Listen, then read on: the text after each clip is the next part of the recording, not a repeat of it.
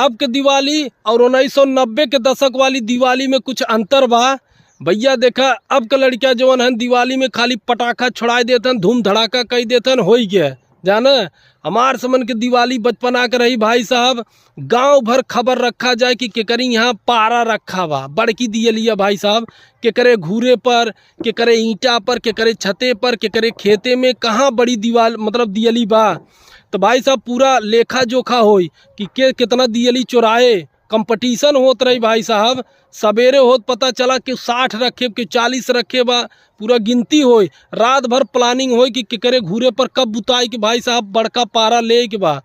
हो सवेरे भाई साहब तराजू बन के तैयार हो जाए 7 बजे तक भाई साहब। अब तक कितना किलो धान उलट दे हो तो जोक के भाई साहब वहीं तराजू से जाना। और एक के भैया मोमबत्ती, अब भैया मोमबत्ती गल के हेराई जाता, कोनो बात नहीं है भैया। हमारे समन के